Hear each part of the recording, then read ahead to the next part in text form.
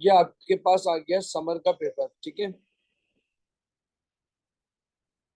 इंशाल्लाह मैं इसकी आपको पूरी सीरीज एक फोल्डर बनाऊंगा ड्राइव का, उसके अंदर मैं आपको ये सारे पेपर दे दूंगा, ठीक है।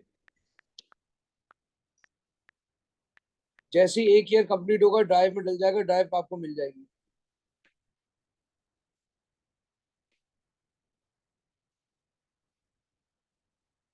टू 2002 का पेपर है, मई जून का।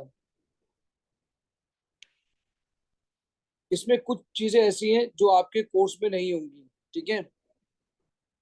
तो उसको मैं आपको बता दूंगा कि अब इस कोर्स में नहीं है। 2002 से स्टार्ट करेंगे, मई जून से, और एग्जाम के करीब हम करंट ईयर पे आ जाएंगे जब तक के।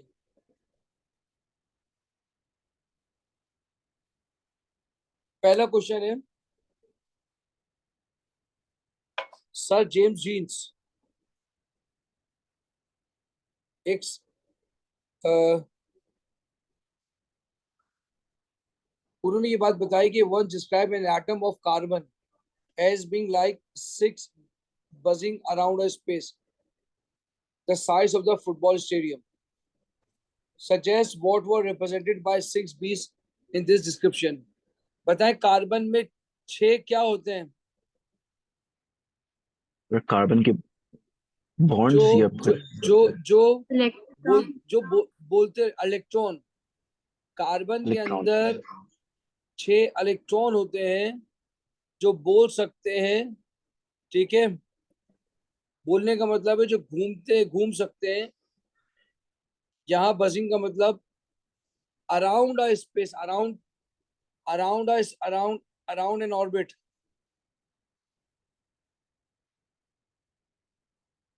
अराउंड एन ऑर्बिट है।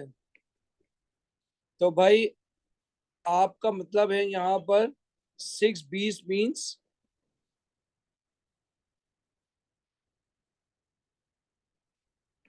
मीन्स 6 electrons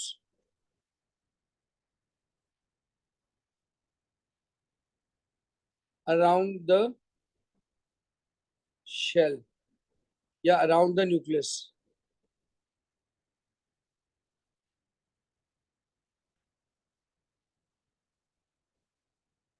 अच्छा जी, अब अगला कह रहे हैं explain in term of atom of carbon what suppose the bees from flying away from sir what space. Stop, क्या कह रहे हैं, दोबारा बोले। उसमें लिखा हुआ है what stop the bees from flying away from the space of the football stadium. हाँ, क्या चीज रोकती है? बताइए क्या चीज है जो उसको न्यूक्लियर रोक का रही है? न्यूक्लियर अट्रैक्शन होती है। भाई बिल्कुल सही कह रहे, देखिए कोई ना कोई तो ताकत होगी ना जो उसको जाने से रोक रही है, ठीक है। अगर इलेक्ट्रॉन न्यूक्लियस को छोड़ के नहीं जा रहा है तो उसका क्या रीजन है? स्ट्रॉन्ग बताइए न्यूक्लियर उसका। Force of attraction. Exactly, nuclear attraction. जाहिर सी बात है, इलेक्ट्रॉन है निगेटिवली चार्ज, न्यूक्लियस है पॉजिटिव चार्ज। जब भी चार्जेस की अट्रैक्शन होती है उसके लिए बेस्ट लफ्ज है electrostatic force of attraction between nucleus and negatively positively nucleus and negatively electron. ये सही लफ्ज है। तो लिखेंगे इलेक्ट्रोस्टैटिक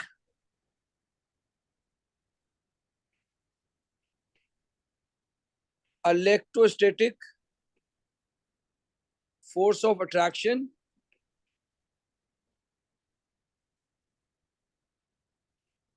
between negatively electron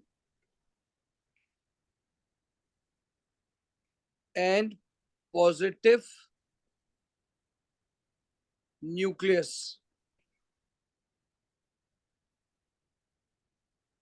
बताइए, सब कुछ तो इसने बता दिया, लेकिन पूरी कहानी में एक चीज मिसिंग है। बताएं वो क्या चीज है?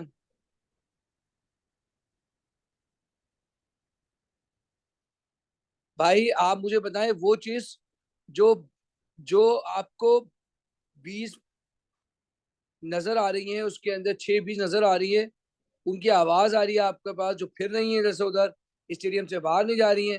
तो एक चीज तो मिसिंग है ना, वो क्या चीज है? न्यूक्लियस नहीं। न्यूक्लियस नहीं, न्यूट्रॉन मिसिंग है, न्यूट्रॉन। आप मेरी बात समझिए, एक एक नंबर का सवाल है, न्यूट्रॉन मिसिंग है। आप न्यूक्लियस कैसे कह सकती है बताइए? सर उसने कोई प्रोटॉन की भी तो बात नहीं की। अ, हाँ, तो इसका मतलब है दोनों दोनों मिसिंग है। आप मेरी बात समझिए, तो न्यूक्लियस का ज्यादा लफ्ज है ना, प्रोटॉन बताया इसने, तो सर ये न्यूक्लियस। तीनों पार्ट्स की एक एक मार्क्स हैं, तो ये एक मार्क का हमें जवाब देना है इसको। जी जी जी, तो न्यूक्लियस लिख दें। आप लिख देंगे न्यूक्लियस। सर न्यूक्लियस क्यों लिखेंगे, न्यूट्रॉन लिखेंगे।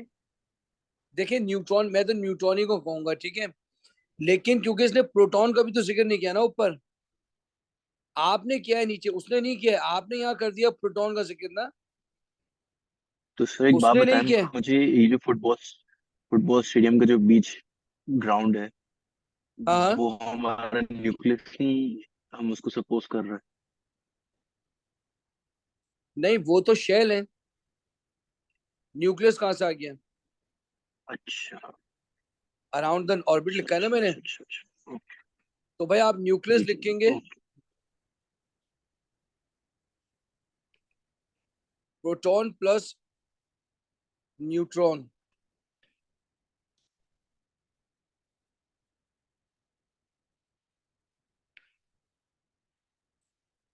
चलिए, अब ये कह रहे हैं लेबल द एनर्जी लेवल।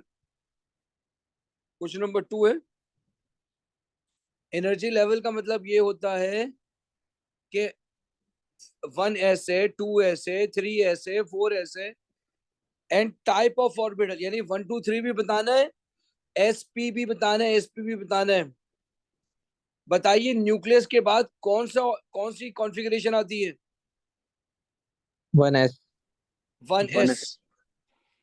फिर आती है 2s। फिर आती है 2px, 2py, 2pz। बोले?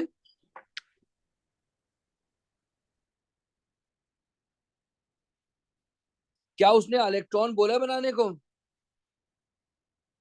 उसने खाली लेबलिंग बोली है, लेबलिंग। सर ये आपने, अगर हम ये डैश जो जो दिए थे उसके अंदर हम लिख दें तो मसला है इसको।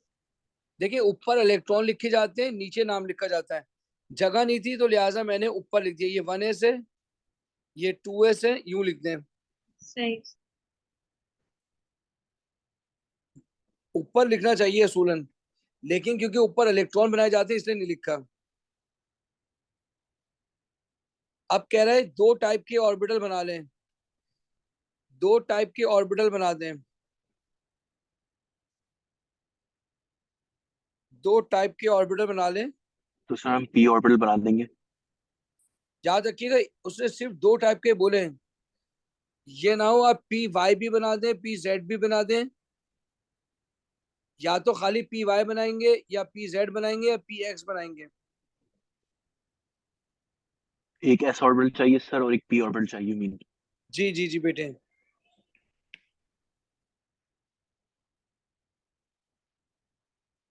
ये आपने एक एस ऑर्बिटल बना लिया, ये आपने पी एक्स ऑर्बिटल बना लिया, इसको लेबल कर देंगे X Y Z, X Y Z. Labelling कर देंगे एस ऑर्बिटल, लेबलिंग कर देंगे पी एक्स ऑर्बिटल।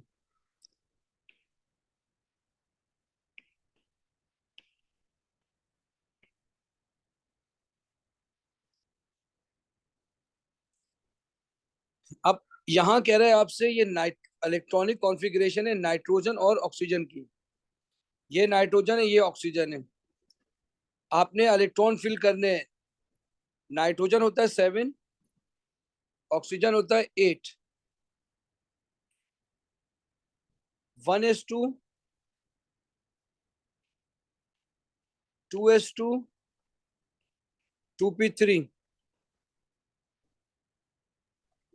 ये आ गया। सर पी में एक अनपेड होगा और एक पेड होगा। नहीं, एक अनपेड होगा, दो नहीं, तीनों कोई भी unpaid। तीनों देखो ना अनपेड। मैं, हाँ 3 अनपेड होंगे, तीनों अनपेड होंगे। ऑक्सीजन में क्या होगा? एक पेड बाकी दो अनपेड। सही है बेटा, शाबाश।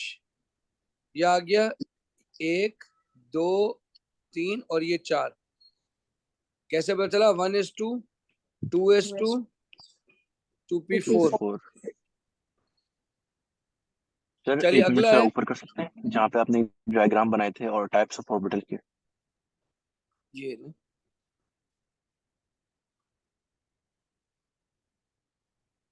अब पास रिकॉर्डिंग हो रही है ना?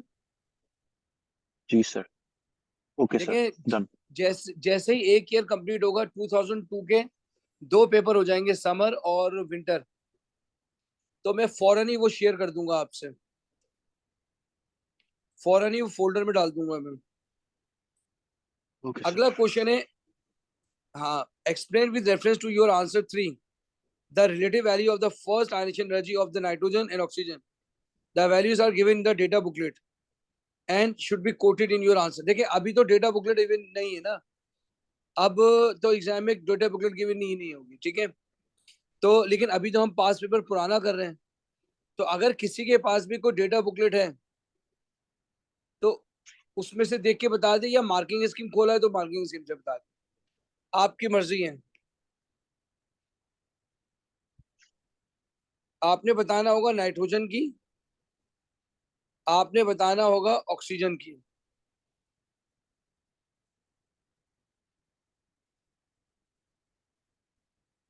फर्स्ट आयनेशन एनर्जी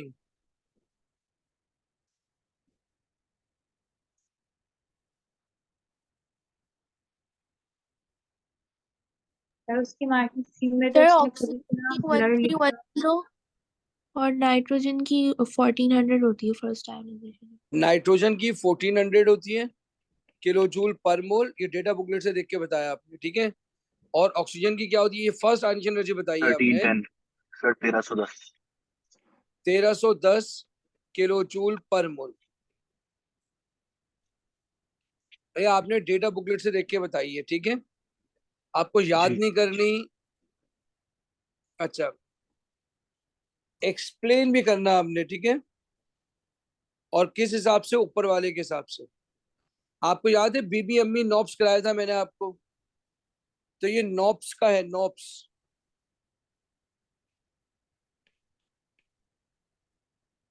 नॉप्स का नाइट्रोजन और ऑक्सीजन है। बताइए किसमें इलेक्ट्रॉन पेयर्ड है? ऑक्सीजन नाइट ऑक्सीजन में सर। ऑक्सीजन, ऑक्सीजन में पेयर्ड है, तो वो पहले से एक दूसरे से नफरत कर रहे, तो लेस एनर्जी इज रिक्वायर्ड, इसीलिए ऑक्सीजन की लेस है। बोले आपको बात समझ आ गई है? तो सर हम लिखेंगे as there is more electronic repulsion less energy is required to break it. हम देखें, आपके पास 2 मार्क्स इसके बाकी हैं, ठीक है? तो लिखेंगे आप nitrogen has unpaired electron in 2p while oxygen has कितने अनपेयर्ड हैं? दो अनपेड। तो 2 unpaired and 1 paired electron।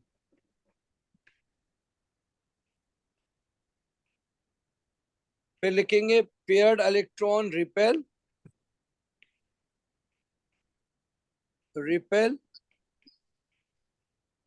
known as Spin pair repulsion। spin pair repulsion। Spin pair repulsion. आज आपने मेरे साथ तैयारी स्टार्ट करनी है, आज से आपकी एग्जाम की तैयारी स्टार्ट होनी चाहिए। आज आपने मेरे साथ, मैं कोशिश करूंगा 2 ईयर करा दूं आपको, 2002 के दोनों वेरिएंट करा दूं, अगर सर सिलेबस मुझे में प्राइस पता चीजें चली नहीं थी, है। लेकिन जो है ना गलत चीज की पता चली थी, वो नॉन जेवी वाला था, यूएई वाला मॉडल। क्या दोबारा बोले? इसके हैं 4900 ग्राम्स। क्या बोले? मैंने आपकी बात समझी नहीं। अभी आजकल क्या चल रहा है? 78 आजकल जब मेरा कैलकुलेटर पास में ही है। 1400 मुझे आपकी आवाज ही सही नहीं आ रही। क्या बोले? दोबारा बोले जरा। 382 382 382 क्या? ये नॉन जीबी मैं जीबी वाले की पूछवाता हूँ। एल एल ए भाई। नहीं सॉरी, ये मिडिल ईस्टर्न मॉडल है। दो, एक ई सिम एक सिंगल सिम। अब्बास क्या कह नहीं रहे हैं? मुझे ई आपकी बात समझ ही नहीं आ रही। हाँ ना, मैंने तो ये अब्बास, फोन वहीं से लिया ना, तो मैं उनसे पूछवाऊंगा। खाला ने गलत जगह से पूछवा दिया। मैं उन्हीं से कह रहा हूँ अभी। चलिए आगे बढ़ते हैं।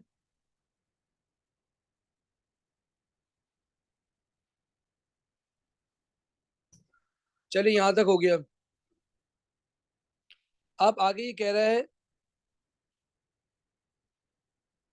state the formula of the negatively charged ions formed by these elements in simple binary compounds nitride and oxide. State the formula of the negatively charged ions form these elements.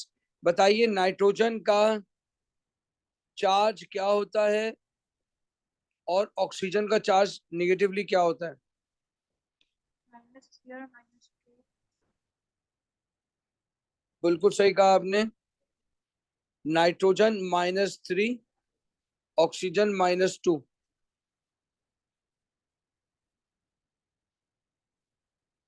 Nitrogen -3, oxygen -2।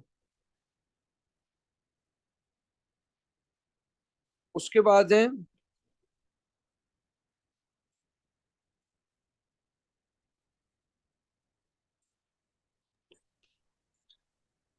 why do nitrogen and oxygen form negative ions but not positive ions in simple binary compounds?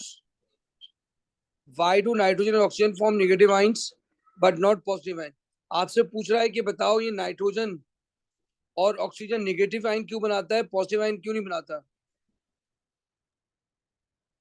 तो बताइए nitrogen के आखिरी shell में है 7, तो 2 plus यानी 5 है, तो 3 electrons are required to complete octet. इसलिए उसकी जो इस ताकत है वो नेगेटिव आयन बनाने की है। अच्छा जी, अब जब ऑक्सीजन को देखेंगे आप, ऑक्सीजन है 2 6, इसको 2 इलेक्ट्रॉन चाहिए, उसको 3 इलेक्ट्रॉन चाहिए।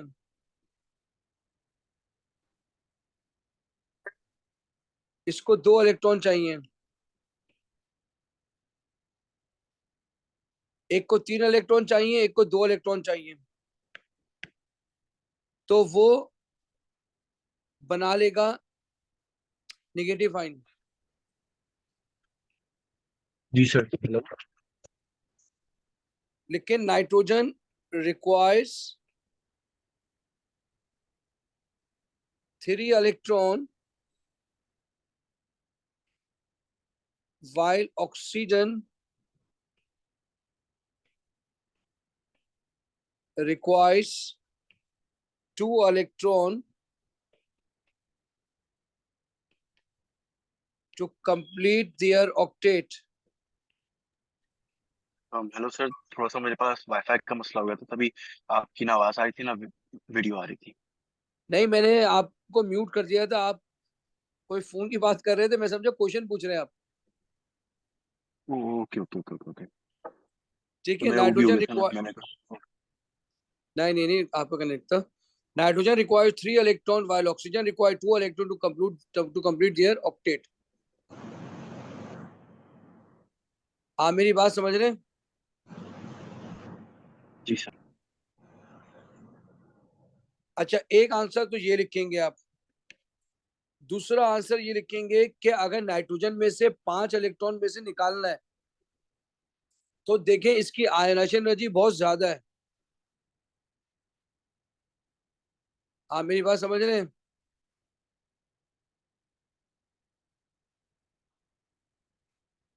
दूसरा पॉइंट लिखेंगे, there ionisation energy value is too high to remove electron and form cations.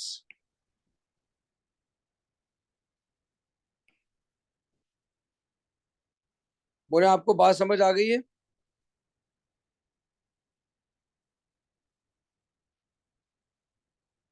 बोलो मेरे बच्चों, बात समझ आ गई है? Yes, sir. Yes, sir. ठीक हो गया। आइए क्वेश्चन नंबर 2 कर रहे हैं। क्वेश्चन नंबर 2 आपसे कह रहा है कि एनर्जेटिक का क्वेश्चन है। एनर्जेटिक का क्वेश्चन है, आपसे कह रहा है कि गौर से सुनिएगा, आपको कंबशन गिवन है, आपको कंबशन गिवन है, आपको ये कंबशन गिवन है, आपको ये वाली भी कंबशन गिवन है, और आपको ये इक्वेशन गिवन है। तो आपने ये कहा कि इथीन को अगर कंबस्ट करेंगे तो कार्बन डाइऑक्साइड और पानी बनेगा। इसका नाम रखा आपने H1, और H1 की वैल्यू है -1411। आपने यहाँ लिखा -1411। उसके बाद ये इथेनॉल है, इथेनॉल, इसको कंबस्ट करेंगे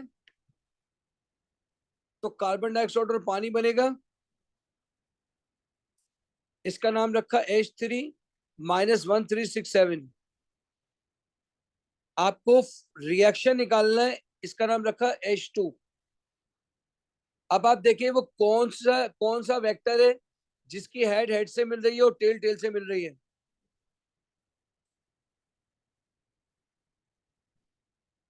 बोले वो कौन सा वेक्टर है? H1. H1। तो बेटा ये आपका आ गया रिजल्टेंट, ये आ गया आपका रिजल्टेंट, ये आ गया रिजल्टेंट -44 किलो जूल। अच्छा ये आ गया रिजल्टेंट। तो आपने फॉर्मूला लिखा H1 is equal to H2 plus H3। H1 की वैल्यू लिखी -1411, H2 निकालना है X, और H3 की वैल्यू लिखी -1367। तो आपके पास आ जाएगा X is equal to -1411 plus 1367। Minus करके देखिएगा, -44 किलो जूल पर मोल ही आ रहा है। सही लिखा है? जी सर। तो भाई ये आपके पास आंसर आ गया।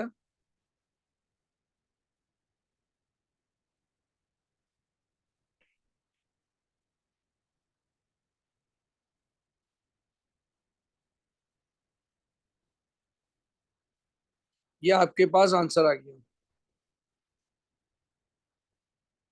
अगला क्वेश्चन है, standard enthalpy change of combustion. पहला पॉइंट लिखेंगे, एंथैल्पी चेंज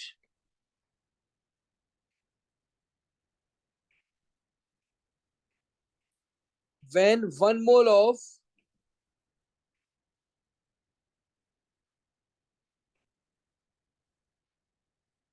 सब्सटेंस लिखेंगे, सब्सटेंस, वरना आप इस लड़ाई झगड़े में रहेंगे कि वो एलिमेंट है या कंपाउंड है। क्योंकि अगर कार्बन को कंबस्ट करते हैं तो कार्बन डाइऑक्साइड, कार्बन मोनोऑक्साइड को कंबस्ट करते हैं तो भी कार्बन डाइऑक्साइड। तो अगर एलिमेंट लिखेंगे तो कंपाउंड नाराज हो जाएगा, कंपाउंड लिखेंगे तो एलिमेंट नजर नाराज हो जाएगा। तो बेहतर ये कि सब्सटेंस लिखें, substance. when 1 mole of a substance combusted in excess oxygen, in the presence of excess oxygen, carbon dioxide का बनना जरूरी नहीं है। क्यों? क्योंकि अगर आप हाइड्रोजन को कंबस्ट करेंगे तो पानी बनेगा, कार्बन को कंबस्ट करेंगे तो कार्बन डाइऑक्साइड बनेगा, पानी नहीं बनेगा। सल्फर को कंबस्ट करेंगे तो सल्फर डाइऑक्साइड बनेगा, कार्बन डाइऑक्साइड और पानी नहीं बनेगा। तो लिहाजा आपने ये लिखना ही नहीं है कि बन क्या रहा है, क्योंकि ये स्टैंडर्ड है। तो लिहाजा आपने अगला पॉइंट मिलेगा आपको अंडर स्टैंडर्ड कंडीशन लिखने को। अंडर स्टैंडर्ड कंडीशन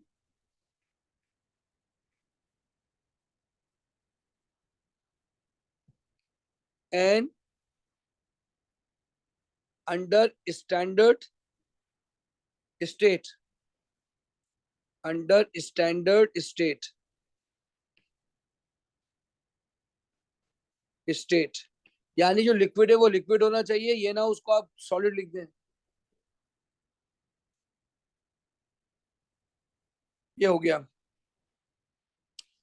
अगला क्वेश्चन है explain why state symbol for water in ethanol given in equation in A have been changed from those quoted in the industrial process.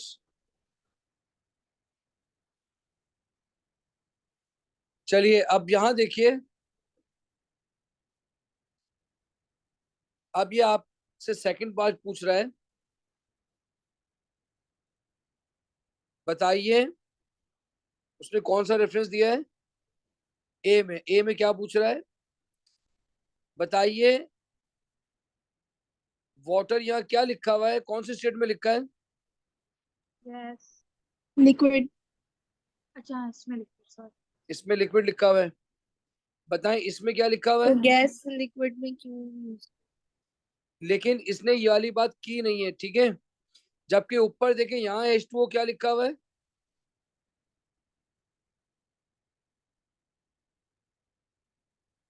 यहाँ H2O gas है और यहाँ ethanol gas है। आपको मेरी बात समझ आ रही है। जी सर। जी सर। तो इसका मतलब ये हुआ कि देखें ना, आप गौर से देखें, जो नॉर्मल कंडीशन है, अगर मैं आपसे पूछूं पानी जो है वो नॉर्मल कंडीशन में क्या होता है, गैस होता है लिक्विड होता है। लिक्विड। इसी तरह इथेनॉल भी लिक्विड होता है। तो explain why the state symbol for water and ethanol given in the equation in a have been change from those quoted in the industrial process. देखिए इंडस्ट्रियल प्रोसेस तो ये लिखा हुआ, ये तो इंडस्ट्रियल प्रोसेस तो ये है।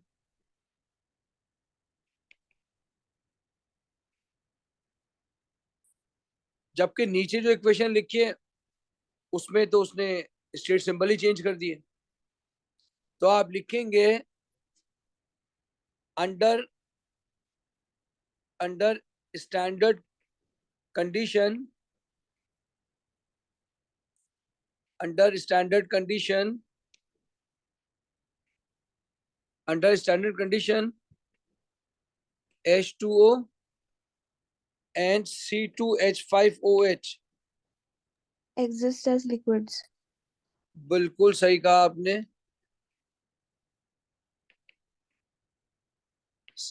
लिक्विड्स, इसलिए कैलकुलेशन के वक्त उसने गैसियस को हटा के लिक्विड लिखा है। क्यों? क्योंकि कंबशन के लिए स्टैंडर्ड कंडीशन होना जरूरी है। अब ये कह रहा है इथेनॉल की कंबशन की इक्वेशन लिखे आप, आपने लिखा C2H5OH sir CO2 plus plus O2। Water. बताएं कितने कितने कार्बन है। 2 कार्बन सर। तो 2 कार्बन डाइऑक्साइड बनेंगे। बताएं कितने हाइड्रोजन है। 6 हाइड्रोजन है सर। 6 हाइड्रोजन है, 6 का आधा 3 पानी। अब ऑक्सीजन देखें, राइट साइड पे 7 हो रहे हैं, राइट साइड पे 7 हो रहे हैं, 4 और 3 7। 7 में से 1 गया 6, 6 का आधा किया 3, ये आ जाएगा आपके पास।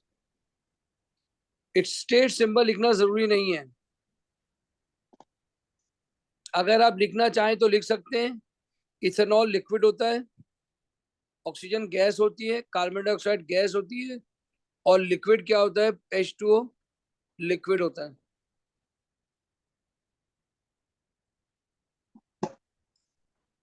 पापा जी चलिए जी, अगला क्वेश्चन है, आपने चाय हाइड्रोजन बॉन्डिंग दिखानी है इथेनॉल और वाटर में। आपने हाइड्रोजन बॉन्डिंग दिखानी है इथेनॉल में, और 2 नंबर का सवाल है। देखें, ये आ गया इथेनॉल C2H5, ये रहा O, ये रहा H। यहां आपने दिखाया इसके लोन पेयर, और दूसरा आपने दिखाया पानी।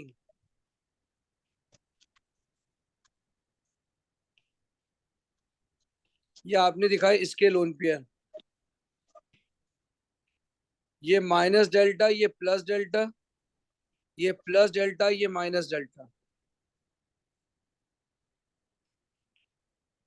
ये आ गई हाइड्रोजन बॉन्डिंग।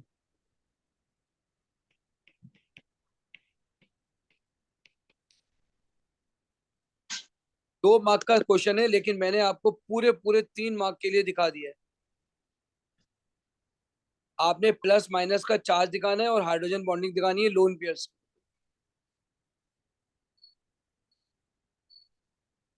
चलिए, ये क्वेश्चन नंबर 2 भी हो गया इसका। अब आइए क्वेश्चन नंबर 3।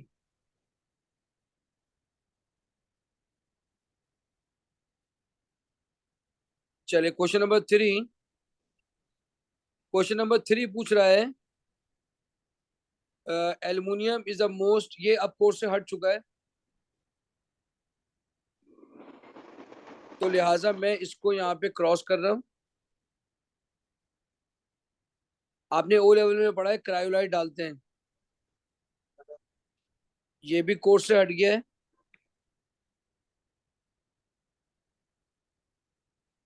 ये आप A2 में चले गए हैं।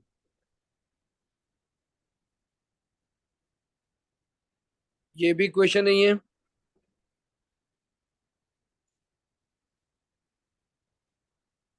आपसे पूछ रहा है कि सर ये तो एनोड पे पूरा कौन सा। क्वेश्चन 3, ये तो पूरा हाँ, क्वेश्चन 3 ऑलमोस्ट जो है ना A2 का है।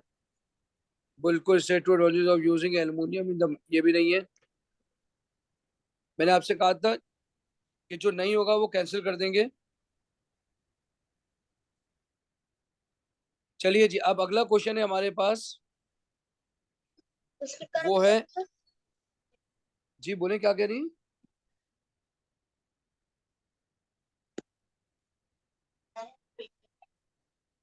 कौन सा चलिए, है? अगला 2002 का पेपर हो रहा है ये। चलिए जी, अगला क्वेश्चन है, राइट एन इक्वेशन फॉर पापा जी सल्फर। ये भी लेना।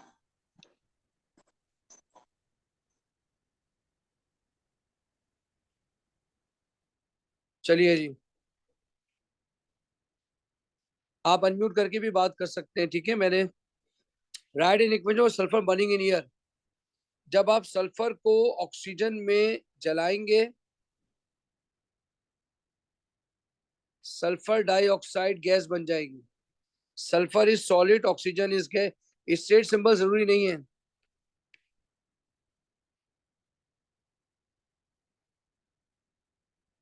चलिए, अगला पूछ रहा है, state why the air is pass so fast that only half the oxygen is used. बताएं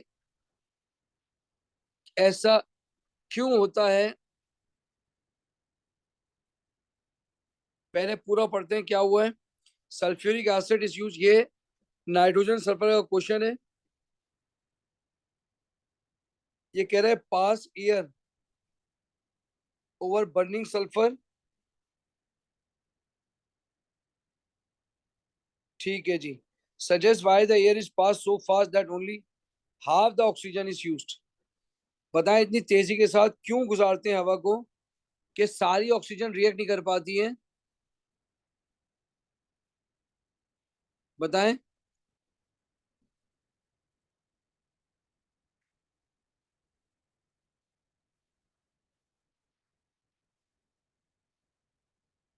मैंने आपको अनम्यूट सर वो कर सकते ऑक्सीडाइज हैं। होकर सल्फर ट्राइऑक्साइड बन जाएगा इसलिए ऑक्सीडाइज होके क्या होगा? सल्फर ट्राइऑक्साइड बन जाएगा।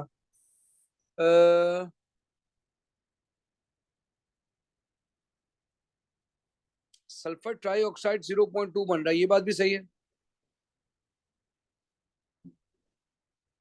बिल्कुल सही है। किसी स्पेसिफिक चीज को जैसे SO2 उसको निकालने के लिए फौरन क्या कहते हैं रिएक्शन कराते होंगे, ये एयर पास कराते होंगे। अ, ये पहला वाला आंसर ज्यादा सही लग रहा है। To form sulphur dioxide, to form sulphur dioxide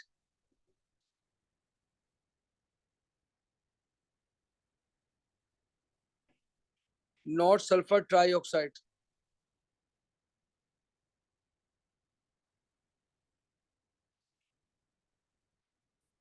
अगला क्वेश्चन है, बताइए इसमें कैटलिस्ट कौन सा यूज होता है? Vanadium trioxide. बिल्कुल सही है, V2O5 vanadium pentoxide.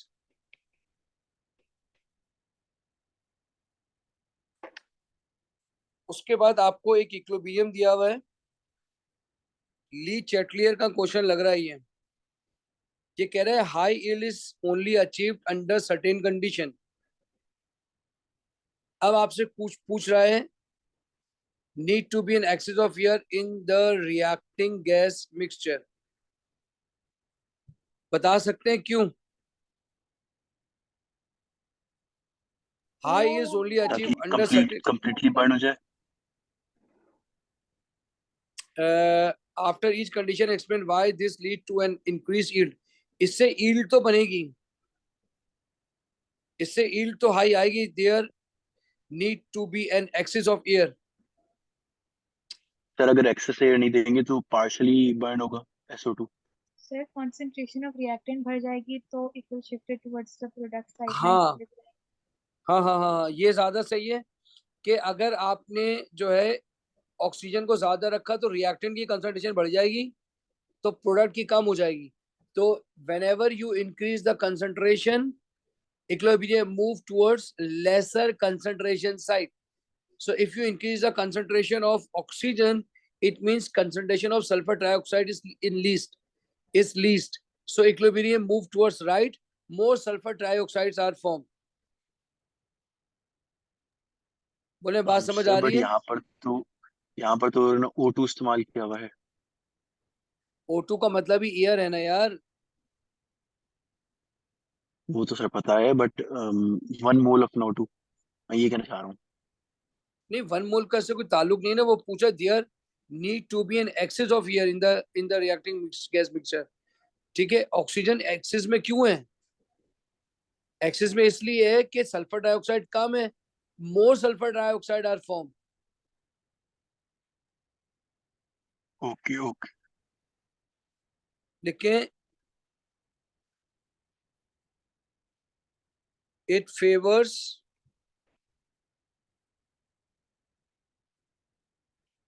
equilibrium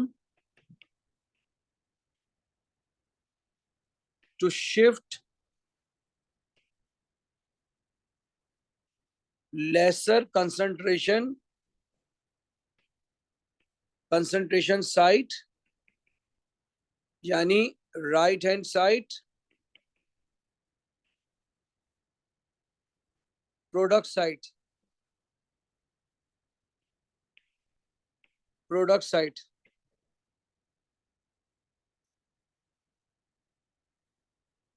number 2,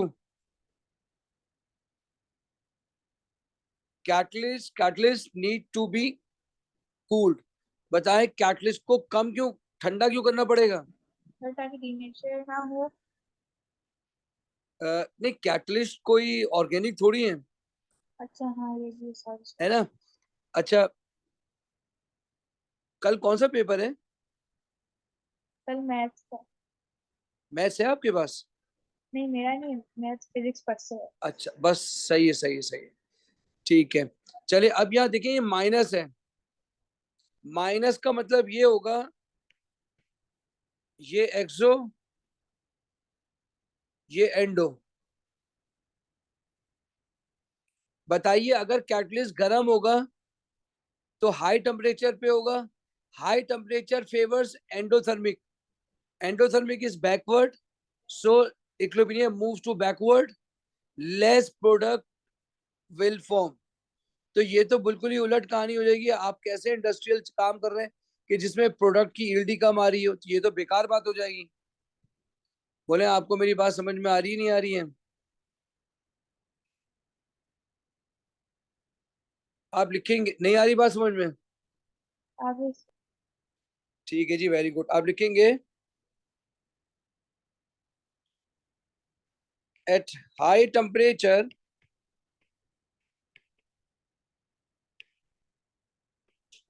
at high temperature equilibrium will shift on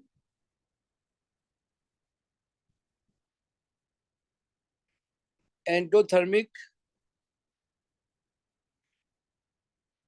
side, यानी left hand side. At high temperature equilibrium will shift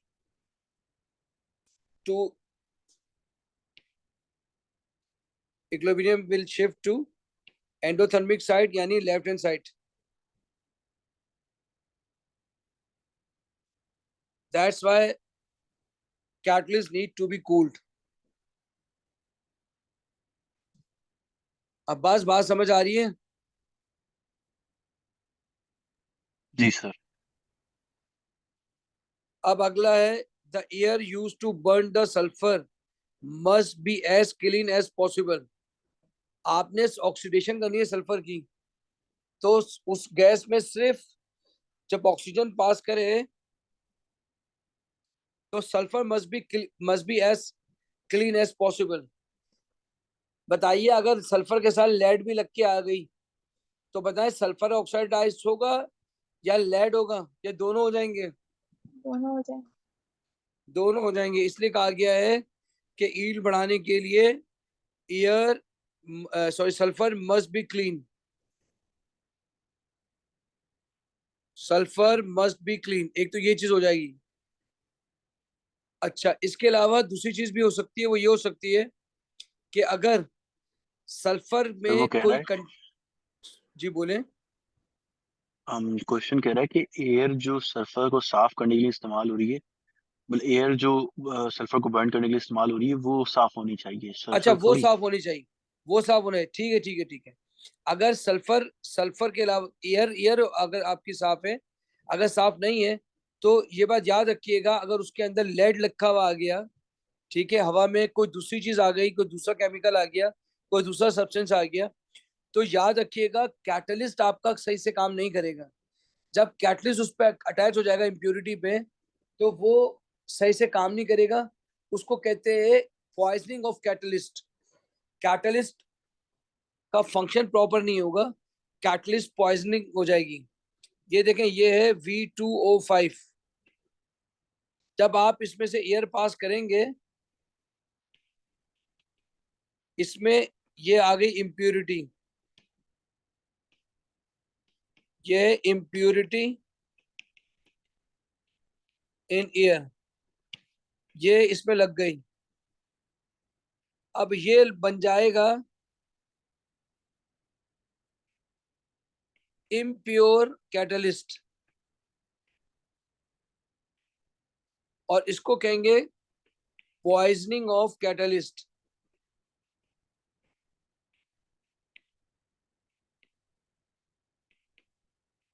बोले आपको मेरी बात समझ आ रही है? जी सर। तो आप लिखेंगे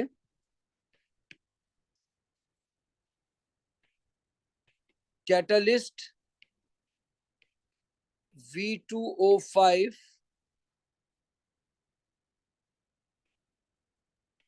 may be contaminated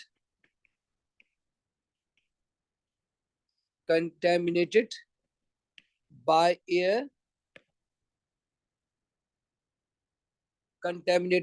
air,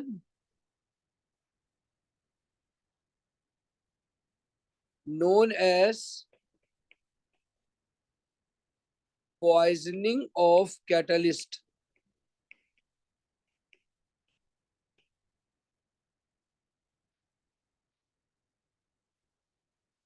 चले जी, अगला क्वेश्चन है। सर जी बोले। सर एक दफा कूलिंग ऑफ कैटलिस्ट वाला एक दफा फिर समझा दें। देखो, अगर तुमने कैटलिस्ट को ठंडा नहीं किया, कैटलिस्ट गर्म हुआ, तो रिएक्शन को खुद ब खुद हीट मिल जाएगी। जैसे रिएक्शन को हीट मिलेगी, जो गरम गरम कैटलिस्ट से निकलेगी, वो इक्विलिब्रियम को मोड़ देगी एंडोथर्मिक पे। I N in, E N in, whenever you increase the temperature it favors endothermic, तो इक्विलिब्रियम यहाँ शिफ्ट हो ओके जाएगा, तो प्रोडक्ट कम बनेगा, यील्ड कम आ जाएगी। जी ठीक है सर। चलिए अगला क्वेश्चन है, give 2 reasons why SO2 should not be discharged into atmosphere। Sulphur dioxide हवा में नहीं जाना चाहिए, बताएं। It is because क्या? it is a toxic gas. फिर ठीक है जी, सल्फर डाइऑक्साइड बना देगा ना वो NO2 के साथ रिएक्शन, फिर वो सल्फ्यूरिक एसिड बना देगा और एसिड रेन बिल्कुल हो जाएगी फिर। एसिड रेन हो जाएगी। बिल्कुल सही कहा आपने। कितने मार्क्स का क्वेश्चन है? 2 मार्क का क्वेश्चन है, ठीक है। तो सल्फर डाइऑक्साइड ऑक्सीजन से रिएक्ट करेगी, सल्फर ट्राइऑक्साइड बनेगा। फिर सल्फर ट्राइऑक्साइड पानी से रिएक्ट करेगा, क्लाउड में जो होगा H2SO4 बनेगा, एसिड रेन। सर एक बात बताएं, अगर ये जी जी। एटमॉस्फेयर की बात कर रहे हैं तो आपने SO2 प्लस O2 क्यों किया? वो तो एटमॉस्फेयर में नहीं हो सकता ना। क्या नहीं हो सकता? एटमॉस्फेयर में ऑक्सीजन नहीं हो सकती है? नहीं, SO2 और O2 का रिएक्शन एटमॉस्फेयर में तो उसके लिए हाई टेम्परेचर चाहिए होता है, वो तो NO2 के साथ रिएक्ट करके एसिड बनाता है ना। चलिए ठीक है, इसको हटा देते हैं। वेरी गुड, ऐसा कर लेते हैं, ऐसा कर लेते हैं। ये ने SO2 plus NO give NO2 plus SO3, ठीक है, ऐसा कर लेते हैं। और बिल्कुल सही कहा, high temperature is required to convert SO2 into SO3।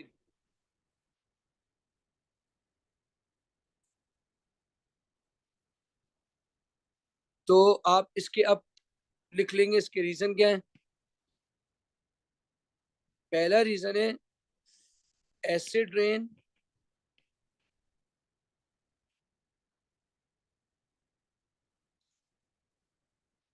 is responsible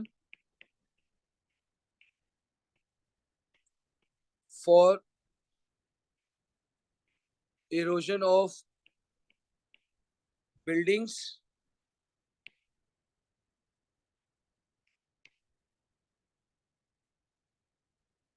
limestone work,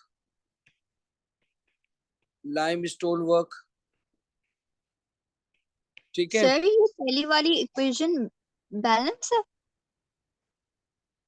पहले वाली इक्वेशन नाइट्रोजन 1 है, ऑक्सीजन 3 है। नहीं, ये तो बैलेंस नहीं है, इसको सर बैलेंस पहले कर दे। SO2 के साथ NO2 आएगा और फिर बाद में नाइट्रोजन बन जाएगा। यहाँ NO2 आएगा, यहाँ NO आएगा। अब चेक करें,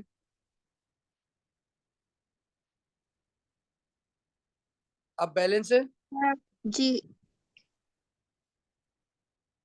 अच्छा जी, acid rain is responsible for erosion. Erosion की स्पेलिंग सही लिखिए, डबल आर होता है, सिंगल आर होता है? Single R. सही लिखिए। Erosion of buildings, limestone work, ठीक है। और क्या हो सकता है भाई? कोरूजन हो सकती है। सर वो pH ऑफ सॉइल जो कम हो जाती है। जी जी जी जी जी corrosion of iron work sir ये हार्मफुल टू द स्किन तो नहीं होती ना? harmful होती है एसिडेंट। तो हम उसको ऐड नहीं कर सकते? क्या कह रहे हैं? हम इसको ऐड कर सकते हैं इस वाले पॉइंट को? क्या, किस पॉइंट को? ये एसिड रेन हार्म करती है स्किन को। आपने लिख दिया ना, हाँ स्किन को भी लिख सकते हैं, लेकिन स्किन पे इतनी प्रॉब्लम नहीं होती है यार, हल्की सी पीएच बहुत ज्यादा होती है, इतनी कम नहीं होती है skin. Toxic for marine life, okay okay. ये ज्यादा पॉइंट इंपॉर्टेंट है, ठीक है। अच्छा, अब ये कह रहा है कि when concentrated sulphuric acid is form with solid sodium chloride misty fumes are produced. Misty fume का मतलब है HCl, HBr, HI, HCl ठीक है। HCl sir. HCl, ठीक है जी। हम पहले इसकी इक्वेशन लिखते हैं, बाद में हम बात करेंगे। NaCl को डाला आपने H2SO4 में दो तरह की Na2SO4 बना। नहीं, Na2SO4 हमने नहीं बनाया अल्हम्दुलिल्लाह, हमने बनाया था NaHSO4, sorry, plus HCl, okay NaHSO4। दोनों बना सकते हैं। तो सर हम यहाँ NaHSO4 लिख हमने, सकते हैं क्या कहते हैं Na2SO4 वाली? हाँ लिख सकते हैं, हमने इसलिए नहीं लिखी क्योंकि हमने अपनी क्लास के अंदर NaHSO4 पढ़ा है, हम ओके Na2SO4 ओके भी लिख ओके सकते हैं, ठीक है। तो मिस्टी फ्यूम आएंगे ओके सर। HCl के। अच्छा, when concentrated sulfuric acid is formed with solid sodium iodide, purple fumes are produced.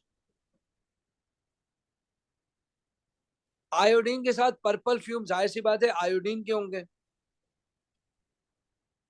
बोले बात समझ आ रही है? जी सर। जी सर। चले अगले जी क्वेश्चन सर। पे आते हैं। अब आपको इसके अंदर आपको कुछ एक अल्केन दिख रहा है, एक अल्कीन दिख रहा है प्रोपीन, और एक दिख रहा है साइक्लोहेक्सीन। आप ये कह रहा है आपसे इथेन और ब्रोमीन का यूवी लाइट से रिएक्शन कराओ। बता सकते हैं रिएक्शन मैकेनिज्म का नाम क्या होगा? Free radical substitution. बिल्कुल सही है,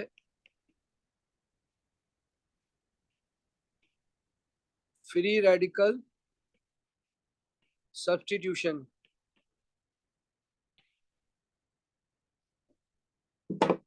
आपने पूरी इक्वेशन बना के लिख ली कि कैसे रिएक्शन होगा।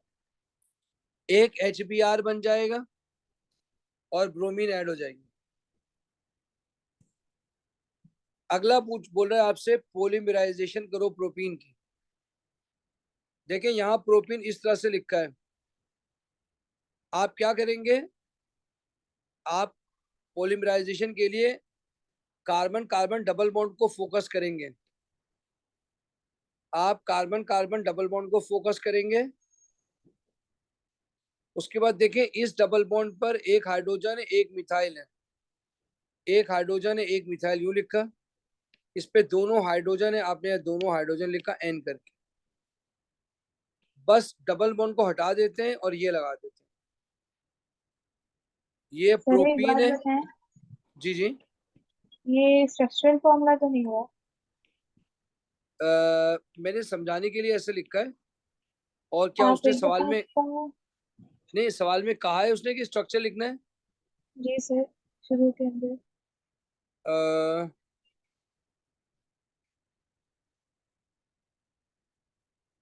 स्ट्रक्चरल फॉर्मूला कहा है इसमें, ठीक है, फिर तो हम स्ट्रक्चरल फॉर्मूला लिखेंगे।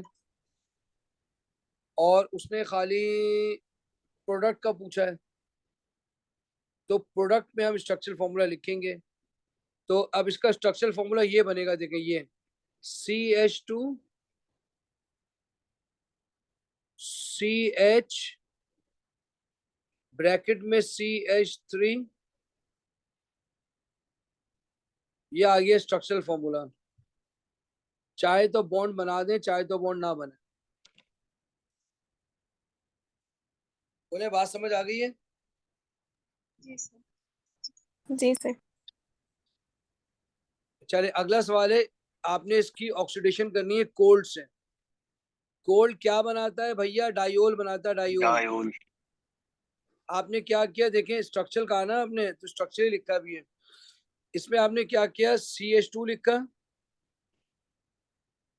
और OH बना दिया ऐड इधर, फिर CH लिखा, बीच में OH डाल के CH3 लिख दिया, तो ये आ गया OH, ये आ गया OH, डाइओल बन गया। प्रोपीन अब डायोल, इसी तरह से प्रोपन आपने क्या डायोल। करा, बिल्कुल इसी तरह आपने क्या किया, reaction of cyclohexane with HBr, HBr के साथ रिएक्ट किया आपने, H यहाँ लग गया, Br यहाँ लग गया। अगर कोई कहता नहीं मैं यहाँ Br लगा के यहाँ H लगाऊं तो भाई लगा दूं। मेरा आपसे सवाल है, बताइए क्या स्केलेटन में हाइड्रोजन आता है? नहीं लगाते तो आई हैं। हाइड्रोजन नहीं आता तो आप इस हाइड्रोजन को मिटा दें। अच्छा सर, इसका भले हम स्ट्रक्चरल ना लिखें सही है? क्या चीज? इसका भले हम स्ट्रक्चरल फॉर्मूला नहीं लिखें तो वो ठीक है? स्केलेटन में तो स्ट्रक्चरल होता ही नहीं है ना कुछ ना। सही सर। अच्छा जी, अगला है the reaction of cyclohexene with hot acidified KMnO4। Hot क्या करता है, अल्कीन को तोड़ देता है। आपने क्या किया, यहां से इसको तोड़ा, यहाँ OH लगाया, यहाँ OH लगाया, ये सिमेट्रिकल है और ना, तो दोनों साइड सेम होगी ना? हाँ सेम है, बिल्कुल सेम है। देखें इधर ऑक्सीजन लगाया, इधर ऑक्सीजन तो लगाया, फिर इधर OH लगाया, डायोइक इधर एसिड OH। बनेगी ना? जी हाँ, डायोइक एसिड बन गया। उसने ये पूछा नहीं है डायोइक एसिड बना नहीं बन रहा है, उसके नंबर नहीं है। जो मैं कर रहा हूँ उसके नंबर है। क्या, डबल बॉन्ड को तोड़ना है, एक OH इधर लगाना है, एक OH इधर लगाना है, और जहां से तोड़ा है वहां O लगा देना है। Okay sir, okay. चलिए आगे बढ़ते हैं। आगे कह रहा है कि भाई right equation for the following reaction, complete combustion of ethane. Complete combustion of ethane क्या मतलब हुआ,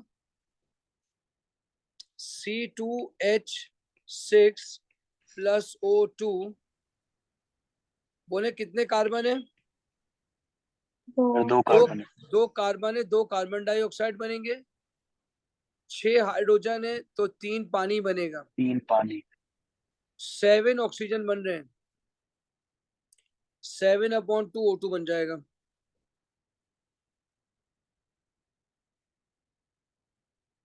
अब अगला क्वेश्चन है, action of steam on propene in the presence of catalyst H3PO4।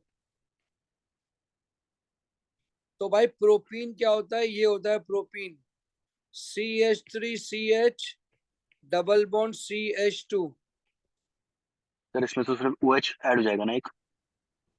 इसमें वाटर ऐड होगा, पूरा पूरा वाटर, नहीं, CH3। क्या कहते हैं प्रोपीन में? ऐसा नहीं होगा, वाटर ऐड होगा, वाटर।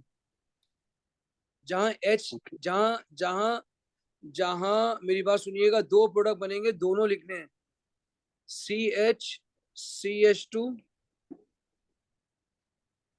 मेजर माइनर करके बनाने हैं आपने, ये दोनों लिखे।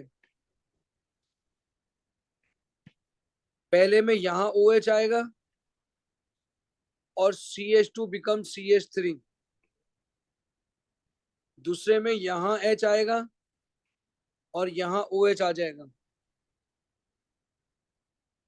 जब भी OH अंदर के साइड पे लगता है उसे मेजर कहते हैं, मेजर। सर जब ये एक बार OH, वापस बता रहे हैं पूरा? देखे मेरी बात सुने, जब आपने स्टीम डाला ना तो 2 प्रोडक्ट बनेंगे। स्टीम का मतलब है addition of hydrogen in OH। तो जहां पहला डबल बॉन्ड लगा है, डबल बॉन्ड लगा है, इधर OH लगाया, इधर H लगाया, एक प्रोडक्ट। ओके। दूसरे में इधर OH लगाया, इधर H, दूसरा प्रोडक्ट। सही। जितना जितना OH अंदर होगा उतना वो मेजर होगा। इसमें OH अंदर है, ये मेजर है, ये माइनर है। आपसे पूछेगा क्यों मेजर है, आप बोलेंगे second degree carbocation is more stable then first degree. पूछेगा क्यों, आप लिखेंगे electron donating inductive nucleo effect positive inductive effect. Plus I effect. चलें जी, अगला है साइक्लोहेक्सिन विद सही कह रहा है। Hydrogen. Reaction of cyclohexene in the presence of a catalyst, निकल कैटलिस्ट। जी जी, निकेल हो सकता है, प्लाटिनियम हो सकता है, 150 डिग्री सेंटीग्रेड टेम्परेचर हो सकता है। लेकिन कैटलिस्ट वैटलिस्ट ने पूछा नहीं है नाम आपसे ना, तो आप निकेल निकेल याद रख लें, अपने पास निकेल होता है और 150 डिग्री सेंटीग्रेड टेम्परेचर होता है और निकेल कैटलिस्ट होता है।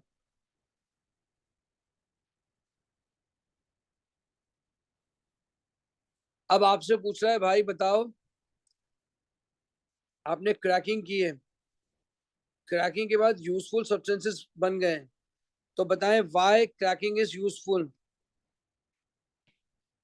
बोले why cracking is useful. Short hydrocarbon ज्यादा डिमांड में होता है। Demanding hydrocarbon are produced.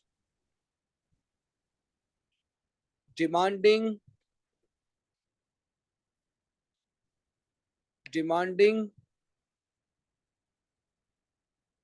more useful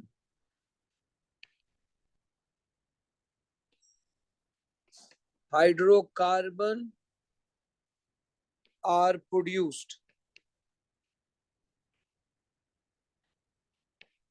More demanding, more useful hydrocarbon are produced. और कोई पॉइंट लिखवाना चाहते हैं?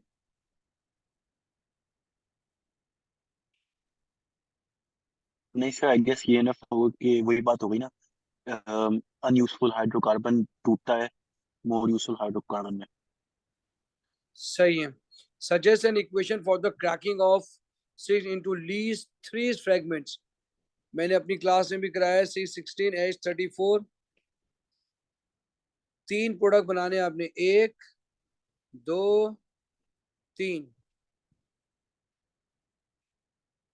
बताएं क्या तीनों अल्केन बना दूं? नहीं, दो एल्कीन नहीं, एक एल्कीन। ठीक है, एक अल्कीन बना दी। बोले 3 कार्बन की अल्कीन बना देते हैं। 3 2 6।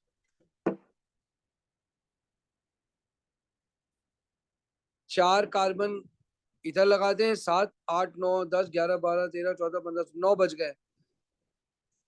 तो ये आन गए 4 2 8 9 10 9 2 18 20। चेक करें बैलेंस है। सर नहीं नहीं हाइड्रोजन सर, दो नहीं एक्स्ट्रा आ रहे सर, हैं। हाइड्रोजन 2 एक्स्ट्रा है। तो सर तो 2 एल्कीन और 1 एल्कीन कर सकते हैं ना। इसका मतलब है 2 अल्कीन और 1 अल्केन बनाते हैं। ठीक है, तो ये 10 C4H8 मिटाया कर दें। मैंने। अब करें कितना बन रहा है? अब सर पूरा है। तो 1 अल्कीन, दूसरी अल्कीन और 1 अल्केन, तो इसका मतलब है 1 अल्केन ही बनेगा। ठीक है,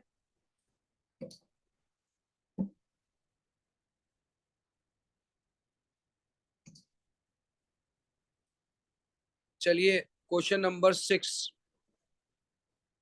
अब आपसे कह रहे हैं सीएफसी के यूजेस लिखो। मैंने पूरा ये क्वेश्चन कराया हुआ है आपको, ऐसे ही पैस पूरा। बताएं क्या यूजेस होंगे सीएफसी के? एक तो सर रेफ्रिजरेंट्स में इस्तेमाल होता है। एसी में आपने इस्तेमाल होता है। कहा रेफ्रिजरेंट्स। रेफ्रिजरेंट, प्रोपेलेंट और ब्लोइंग एजेंट। ब्लोइंग एजेंट होता है। और बोले जितना लिखा सकते हैं लिखा है। फिर सॉल्वेंट कहा था। एज अ सॉल्वेंट यूज होता है, बिल्कुल सही है। और आज तो मुझे एरोसोल याद sir aerosol sprays. Anaesthetic material भी मैंने कराया है शायद। Anaesthetic material. और क्या बोला था आपने? एरोसोल स्प्रे और प्रोपेलेंट। प्रोपेलेंट, बस काफी है भाई। बताइए write property of uses them to be useful. क्यों यूज किया जाता है सीएफसी को? सर इनर्ट है। और टॉक्सिक बिल्कुल सही नहीं है, है इसलिए। बिल्कुल सही है। सीएफसी इनर्ट है। और क्या है? Non toxic. नॉन टॉक्सिक है, मैंने सब लिखाया हुआ है आपको, नॉन टॉक्सिक। और बताएं। नॉन वोलेटाइल था शायद। अनरिएक्टिव कह सकते हैं सर क्या? नॉन वोलेटाइल इनर्ट हो गया, नॉन वोलेटाइल हो गया, बस चले हो गया। अब अगला है typical CFC is CH2, which covalent bond is in this CFC is weakest. बताए कौन सा वीकेस्ट होगा, carbon chlorine, carbon fluorine, carbon hydrogen. Carbon chlorine. Carbon chlorine ना सर। कार्बन क्लोरीन, शाबाश। बताए why does CFC present and environment is, why does this CFC present and environmental concern. बताए CFC क्या खतरे की, क्यों खतरा है। वो ओजोन लेयर डिप्लीशन कॉज करता है ना, जब ये Cl रेडिकल बाहर निकलता है। ठीक है, सर ये ग्रीन हाउस गैसेस का तो नहीं होता ना? ग्रीन हाउस गैस अलग चीज है, यूवी वाला अलग चीज है। ग्रीन हाउस गैस जो है वो ग्लोबल ओके। वार्मिंग करता है। गलत आंसर नहीं लिखना है आपने, ठीक है, आता सब कुछ है लेकिन गलत आंसर लिख के आ जाएंगे। यूवी लाइट जो है फ्री रेडिकल करके ओजोन डिप्लीशन करता है, ये एक अलग चीज है। Green house gas global warming करता है जिसमें कार्बन डाइऑक्साइड वगैरह होती है, ये अलग आंसर है। अभी कह रहे हैं why does the CFC present N environmental concern. तो CFC in the presence of UV light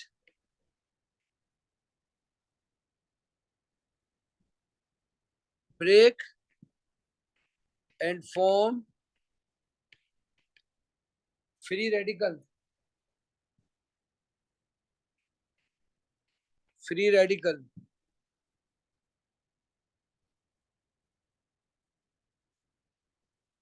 बात समझ में आ रही है? सर जी बोले। CCl बॉन्ड वीकेस्ट कैसे हुआ?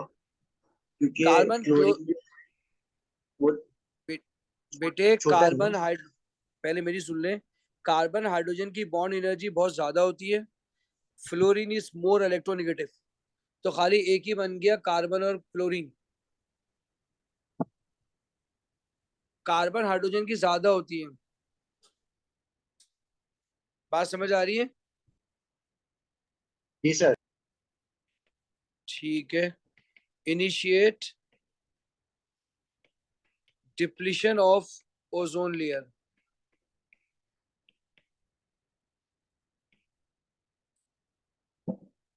ये भी हो गया। अब अगला है मॉलिक्यूलर फॉर्मूला निकालना है CFC का। कार्बन लिखा 17.8, डिवाइड कर देंगे 12 से, बताएं क्या आंसर आएगा। 1.5 डिवाइड कर देंगे 1 से, 1.5। क्लोरीन 52.6, कितना आ रहा है? कार्बन आ रहा है 24.03। 24 पॉइंट आ ही नहीं सकता, 17.8 divided by 12, Sir, 1.48. 1.48। 52.6 divided by 35.5, इसका भी 1.48। इसका भी 1.48। 19 से डिवाइड करके बताएं क्या आएगा। 1.4।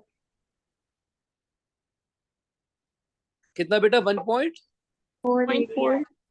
1.48। अब सबसे स्मॉलेस्ट से डिवाइड करना है। 1.48, 1.48, 1.48, 1.48। तो भाई 1111 CHClF आंसर आ गया। क्या आपको एम्पेरिकल फॉर्मूला निकालना था, मॉलिक्यूलर फॉर्मूला? Molecular sir. तो भाई एम्पेरिकल फॉर्मूला आ गया CHClF। अब अगला स्टेप है empirical formula mass, C plus H sir थोड़ा सा प्लस, ऊपर करेंगे। एक मिनट बेटे, ये आ गया। कार्बन 12 है, हाइड्रोजन 1 है, क्लोरीन 35.5 है, फ्लोरीन 19 है। 67. फ्लोरीन 19 ही है ना?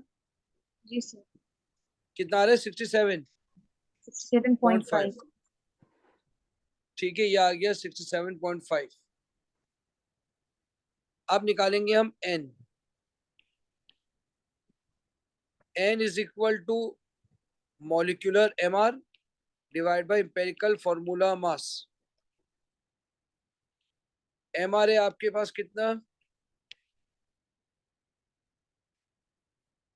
135। 135 डिवाइडेड बाय 67.5। 2. बताएं क्या? 2। तो मॉलिक्यूलर फॉर्मूला आ जाएगा आपके पास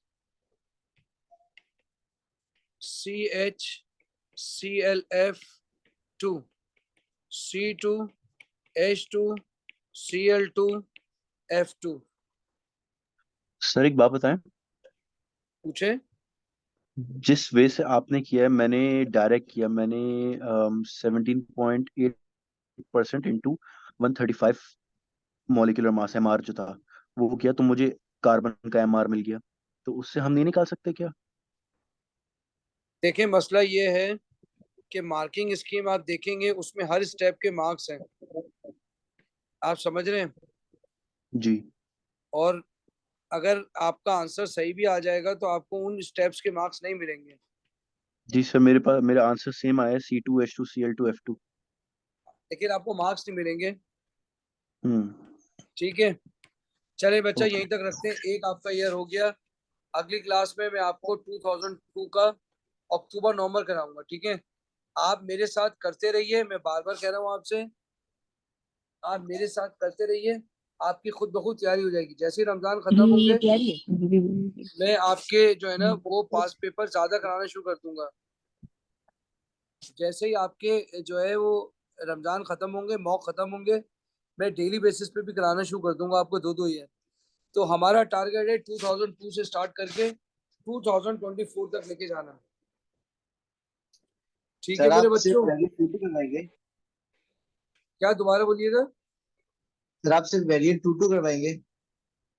मैं सारे कराऊंगा, सारे।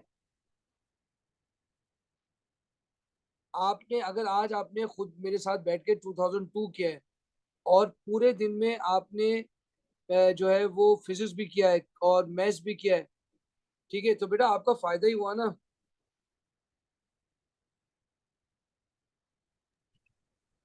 आयला अस्सलाम वालेकुम। आपको जो रिकॉर्डिंग मिलती है ना वो 1 से 2 दिन बाद मिलती है। ठीक है, अगली क्लास में आप मुझसे परमिशन लेंगे, मैं आपको भी रिकॉर्डिंग की परमिशन दे दूंगा। ठीक है आयला? जी सर, क्योंकि थैंक पता यू है सर। मैं, हाँ बेटा, किसी दूसरे के थ्रू करता हूँ ना तो वहां पे 1-2 दिन बाद मुझे रिकॉर्डिंग मिलती है। मैं आपको डायरेक्ट अलाउ कर दूंगा। आप अ, देखें, आप रिकॉर्डिंग कर सकती है। मैं आपको यहाँ से देखता हूँ, अगर मैं आपको को होस्ट बनाता हूँ,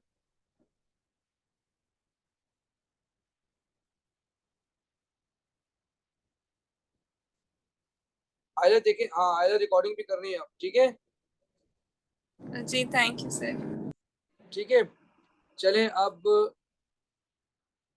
यहीं तक के रखते हैं। ठीक है बेटे? सर चलो बेटा, हाँ बोले। सर आपने सर अली से ऑर्गेनिक की बुक की बात की थी? आ गई बुक, मेरे ख्याल में उन्होंने कह दिया, आज मिल गई, शायद आ गई है। चलिए ठीक है, thank you so much sir. ठीक है, कल आप उठा लेना, मैंने कहा है हो गई। Okay sir. ठीक है, ओके चलो सर, चलें, अल्लाह अल्लाह हाफिज। हाफिज़। अल्लाह अल्लाह हाफिज। हाफिज। अल्लाह ओके हाफिज। सर। अल्लाह हाफिज। अल्लाह हाफिज अल्लाह सर। अल्लाह हाफिज बेटा।